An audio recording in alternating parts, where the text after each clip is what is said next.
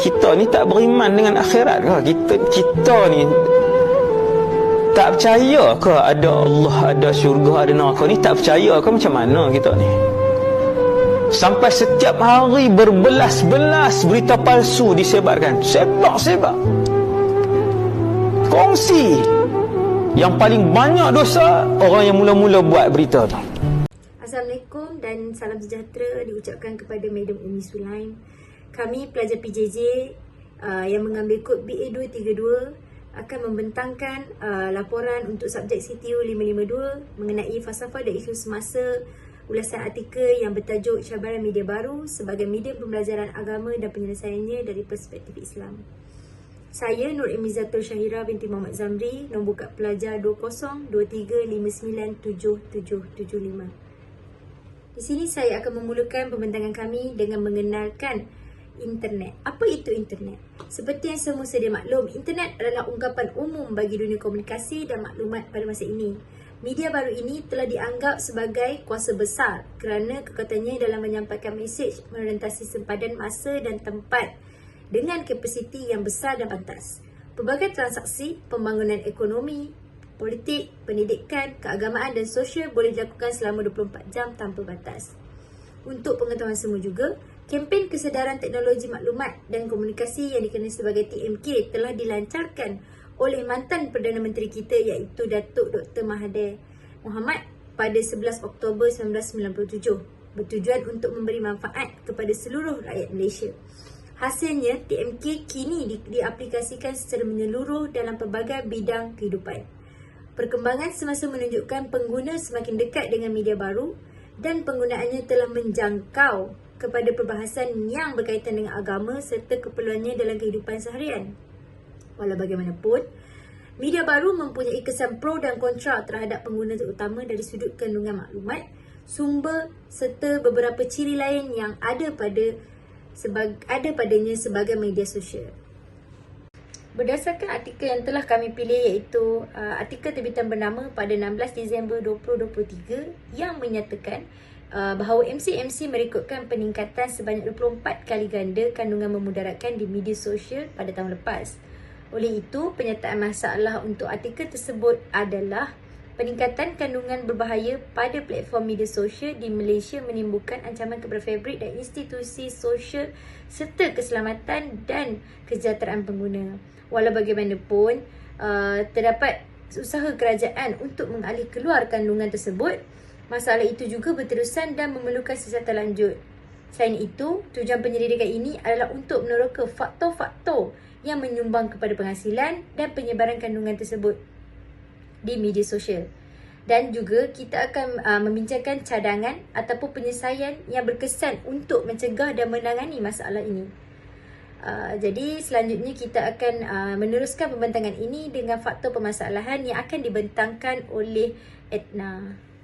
Assalamualaikum Madam Umi Sulaim dan rakan-rakan yang terlibat dalam pembentangan berkumpulan ini. Saya Nur Edna Meti binti Tinggi Skap Pelajar 2023713609 dari kelas NBSA 4A akan membuat pembentangan berkaitan faktor-faktor yang menyebabkan permasalahan dalam isu media sosial masa kini. Untuk makluman Madam, kumpulan kami telah memilih satu isu berkaitan peningkatan kandungan yang memudaratkan di media sosial seperti mana yang dilaporkan di Bernama pada 16 Disember 2023. Menurut laporan tersebut, pihak statistik Suruhanjaya Komunikasi dan Multimedia telah merekodkan peningkatan sebanyak 24 kali ganda kandungan yang memudaratkan di platform media sosial serta over the top termasuk Meta dan TikTok. Meta menyatakan bahawa antara bulan Julai 2022 sehingga Jun 2023, ia telah menyekat akses kepada lebih 3,500 item sebagai respon kepada laporan pengawal selia komunikasi negara serta agensi kerajaan yang lain. Kandungan yang disekat termasuk kritikan terhadap kerajaan dan hantaran yang didakwa melanggar undang-undang berkaitan judi haram, ucapan kebencian, kandungan yang memecah belahkan kaum dan agama, bersifat membuli dan penipuan kewangan. Seperti yang diketahui, kandungan memudaratkan dalam talian boleh menghakis nilai kepercayaan, mencetuskan keganasan, diskriminasi dan gangguan, serta menimbulkan ancaman kepada publik sosial dan institusi-institusi di Malaysia. Oleh itu, adalah penting untuk kerajaan, badan kawal selia dan platform over the top bekerjasama bagi menangani isu ini dan pada masa yang sama menegakkan kepelbagaian pandangan bagi memastikan keselamatan serta kesejahteraan semua pengguna di alam maya. Sekarang kita lihat apakah faktor-faktor yang menyebabkan permasalahan dalam isu media sosial pada masa ini. Pada pendapat saya, perkara ini berlaku disebabkan oleh yang pertama, kurangnya kesedaran dan pendidikan mengenai bahaya dan implikasi kandungan yang memudaratkan di dalam talian. Contoh yang boleh kita lihat apabila pada Januari 2020, Pertubuhan Kesihatan Sedunia telah mengisytiharkan pandemik akibat penularan wabak COVID-19. Selaras dengan pengisytiharan tersebut, semua negara termasuk sektor pendidikan ditutup. Penutupan tersebut menjurus kepada proses pembelajaran secara dalam talian. Apabila pembelajaran dilakukan di dalam talian, anak-anak bebas menggunakan gadget dan platform media sosial untuk mencari maklumat berkaitan pembelajaran dan sebaliknya. Sedangkan anak-anak tidak sempat didedahkan tentang implikasi media sosial dan penerapan pendidikan yang betul dalam pembelajaran secara talian. Kurangnya pemahaman ibu bapa atau penjaga mengenai gadget dan dunia internet tanpa batasan sedikit sebanyak mendorong kepada perubahan sikap anak-anak ke arah lebih pasif. Faktor yang kedua, kekurangan pengetahuan tentang hak sebagai seorang pengguna. Pengguna media sosial yang kurang peka dan sensitif mengenai hak-hak pengguna mudah terdedah dengan kesan buruk daripada pihak yang tidak bertanggungjawab. Contohnya, penyalahgunaan teknologi sehingga menyebabkan kerugian wang ringgit, menjatuhkan reputasi serta terlibat dengan pelbagai kes jenayah. Kredibiliti maklumat di media sosial menjadi kebimbangan kerana sesiapa sahaja boleh menyiarkan atau berkongsi maklumat tanpa pengesahan. Penemuan ini menyalahkan keperluan untuk menilai sumber, ketepatan, autoriti dan ketulinan maklumat di platform media sosial untuk memastikan penyebaran yang boleh dipercayai. Oleh itu, pihak berkuasa telah mewujudkan undang-undang di bawah Seksyen 195 dan 196 Akta Komunikasi dan Multimedia Malaysia 1968 untuk melindungi hak-hak pengguna. Yang ketiga, pengaruh media. Dalam realiti kehidupan kini, masyarakat tidak lagi hanya terdedah kepada beberapa saluran televisyen, malah terdapat pelbagai laman web dengan mudah diakses melalui komputer, laptop dan gadget-gadget komunikasi yang berbagai bentuk dan jenis. Perkara ini menjadikan masyarakat kita lebih banyak menggunakan media untuk berkomunikasi berbanding interaksi secara bersemuka. Dalam konteks impak platform YouTube sahaja sebagai contoh, didapati platform ini telah menjadikan diri remaja bersifat pasif dan sangat mudah dipengaruhi. Yang keempat, kurang pengawasan dan pemerhatian. Platform media sosial tidak mempunyai mekanisme kawalan kualiti yang membawa kepada penyebaran maklumat yang tidak boleh dipercayai atau kurang tepat. Kurang pengawasan dan pemerhatian daripada ibu bapa atau penjaga kini telah diambil alih oleh arus kemodenan media baru. Kewujudan media baru telah membuka ruang yang tidak terbatas informasi serta maklumat yang pelbagai sehingga membawa kepada masalah akhlak terutama kepada generasi muda.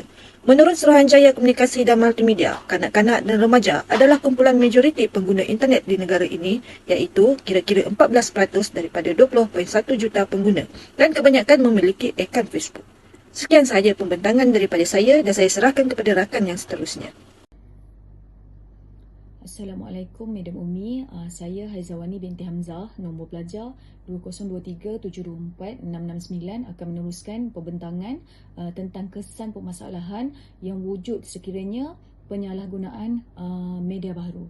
Okey, seperti mana yang kita dapat lihat dalam slide, kesan yang pertama adalah individu akan terdedah dengan dosa maksiat dan zina.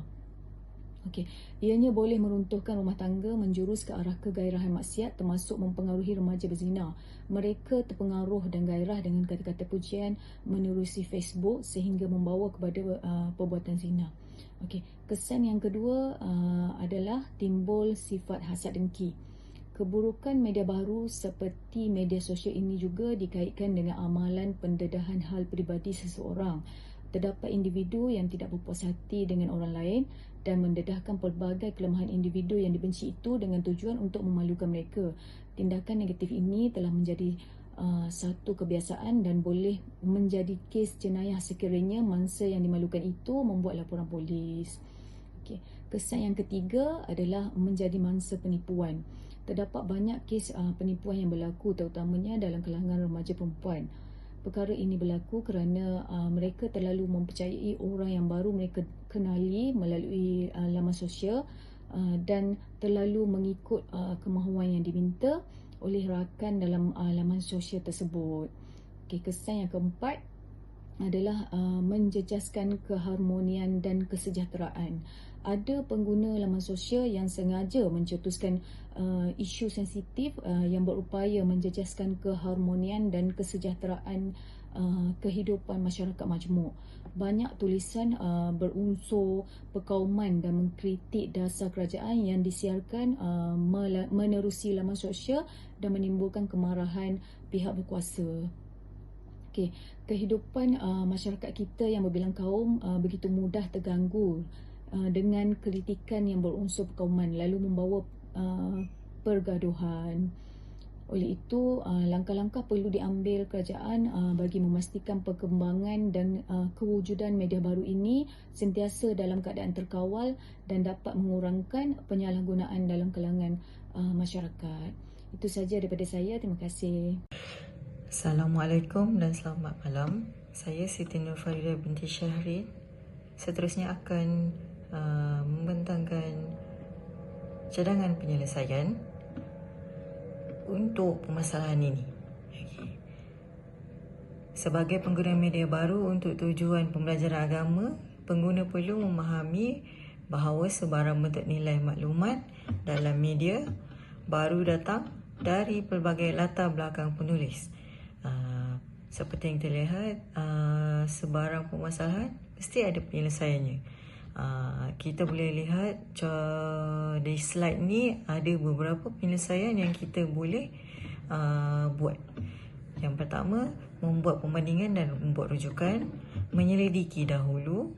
Kepastian identiti penulis perlu diambil kira dari perspektif Islam. Ciri-ciri kredibiliti maklumat atas talian menurut Muhammad Sawabi et al. 2011. Dia menyatakan kita dalam penulisan tu ada kejujuran, kandungan tu tidak berat sebelah, mementingkan aspek akhlak, ada unsur keaslian. Bagi penulisan Islam, kandungan dia bermaklumat, maklumat ni boleh disahkan, mempunyai pengetahuan isu-isu Islam selaras dengan pemikiran Islam. Kewujudan laman sesawang yang sepatutnya berupaya menyebarkan pelbagai maklumat maklumat agama tidak membawa apa-apa makna sekiranya tiada kesadaran di atas kelebihan dan kebaikan teknologi media. Maknanya kita terlampau ambil mudah dengan kemudahan yang ada. Ini membuktikan bahawa faktor teknologi yang berbau dengan pelbagai keburukan bukan menjadi penghalang kepada pengguna dalam menyebarkan maklumat agama, tetapi kesedaran pengguna terhadap teknologi baru yang mampu memanfaatkan maklumat dan ilmu Islam adalah amat penting. Oleh itu, kita hendaklah sedar dalam kalangan pengguna ini penting untuk memastikan medium ini dimanfaatkan secara maksimum dan secara berguna sebagai perkongsian ilmu agama secara bijak dan berhemah. Terima kasih daripada saya. Assalamualaikum warahmatullahi wabarakatuh. Saya ucapkan kepada Puan Umi Sulaim, saya Muhammad Sabri bin Osman, nombor kad pelajar 2023 979933 akan meneruskan perbahasan mengenai usaha penyelesaian bagi isu tersebut. Kita sering mempersoalkan tanggungjawab siapa untuk menyelesaikan masalah ini agar tidak terus menular dalam masyarakat. Adakah tanggungjawab individu, masyarakat ataupun kerajaan? Setiap peringkat masyarakat perlu memain peranan mereka masing-masing kerana setiap peringkat masyarakat akan mendatangkan kesan dan impak yang berlainan mengikut pengaruh mereka. Dari sudut pandang kerajaan, hukuman menyebar berita palsu, penjualan haram, ucapan berbau kebencian dan banyak lagi salah laku intelek wajar lebih berat bagi membendung masalah ini dari terus menjadi barah dalam teknologi media baru. Kehadiran individu-individu yang kerap menyebarkan berita risalah, hadis dan tuduhan di media sosial boleh menyebabkan dakwah yang disampaikan disalah tafsir. Sukar bagi kita mencapai matlamat untuk menggunakan media baru sebagai medium dakwah. Tindakan undang-undang akan diambil bagi individu yang disabitkan kesalahan mengikut Seksyen 233 boleh didenda maksimum RM50,000 atau penjara atau kedua-duanya sekali. Selain itu, bagi menangani ancaman berita palsu, penipuan dan ucapan berbau kebencian, Pertubuhan Berita Nasional Malaysia bernama mengambil pendekatan dengan mewujudkan sebuah portal khas iaitu MyCheck Malaysia untuk menyemak kesahihan fakta atau hantaran yang tular di media sosial melalui laman sesawang ini sejak Ogos 2020. 260 laporan semakan fakta telah dilakukan membabitkan pelbagai isu yang menunjukkan bahawa masyarakat Cakna dan menggunakan platform ini dengan baik. Kementerian Komunikasi dan Digital pula mengoperasikan sebuah laman sesawang sebenarnya.my yang berperanan sebagai pusat maklumat bagi masyarakat menyemak sebelum mengongsikan berita jika mereka belum dapat kesahihannya. Bagi tempoh 2020 hingga 31 Mei 2022, Suruhanjaya Komunikasi Multimedia Malaysia menerima 3,285 berita palsu yang mana menjadi bukti sebagai masyarakat menggunakan platform ini bagi mendapatkan kesahihan berita sebelum mereka menyampaikannya di media sosial. Dapat kita lihat di sini, pihak kerajaan Malaysia tidak menyekat atau mengekang kebebasan untuk menggunakan media baru, namun lebih memilih cara mengawal dan menyediakan suatu pusat sebagai rujukan dan menjadi garis panduan masyarakat agar tidak berlaku penipuan, berita palsu, ucapan berbau kebencian yang mampu memecah belahkan kaum dan agama. Adalah menjadi tanggungjawab bagi setiap peringkat masyarakat, terutamanya umat Islam dalam menangani masalah dan cabaran ini. Jika setiap peringkat masyarakat memainkan peranan mereka dengan baik, maka isu ini dapat dibendung sebelum menjadi barah dan masalah yang lebih serius. Faktor dari asal permasalahan ini harus dikesan dengan segera dan mencari jalan penyelesaian yang sebaik mungkin. Itu sahaja perbincangan daripada kami mengenai isu permasalahan cabaran media baru sebagai medium pembelajaran agama dan penyelesaian dari perspektif Islam. Sekian, terima kasih.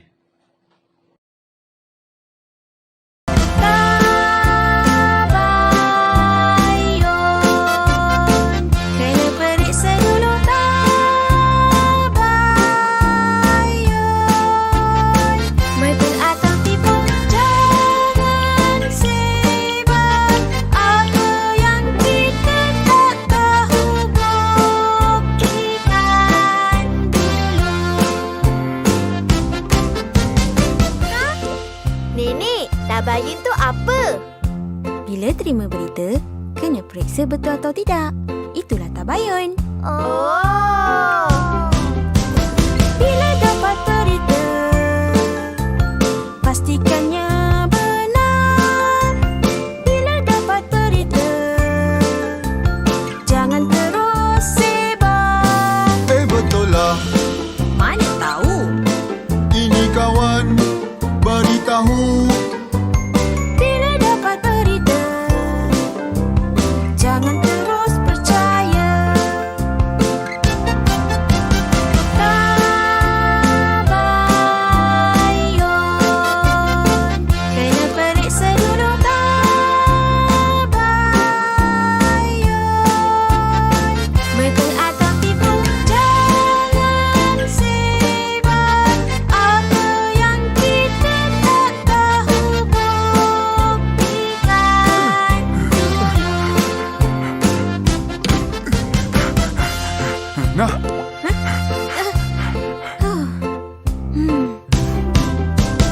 Bila dapat berita, perlu berjaga-jaga.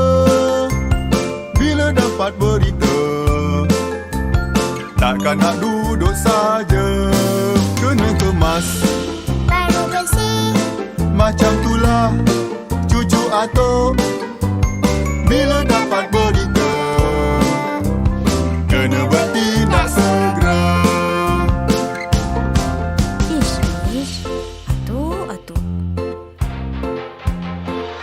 Berita mengenai penyakit berjangkit yang viral di media sosial adalah palsu. Orang ramai yang menyebarkan berita palsu tersebut akan dikenakan tindakan.